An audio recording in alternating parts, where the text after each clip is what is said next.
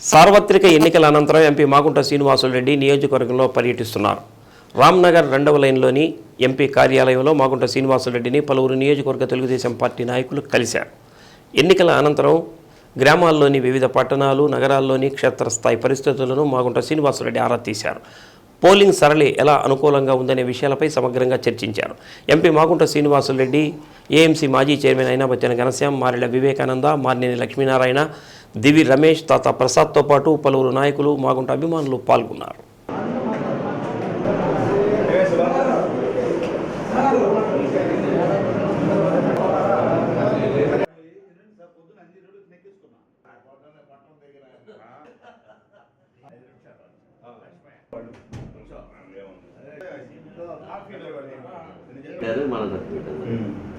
మొత్తం granite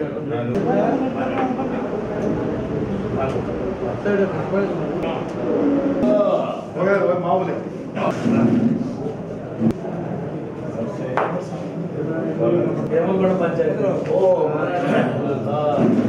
notice ఎవరు తీసుకుంటాము మేమైతే రామ్ బయట ఉన్నాము బాగా కష్టపడతాం చూసాను కదా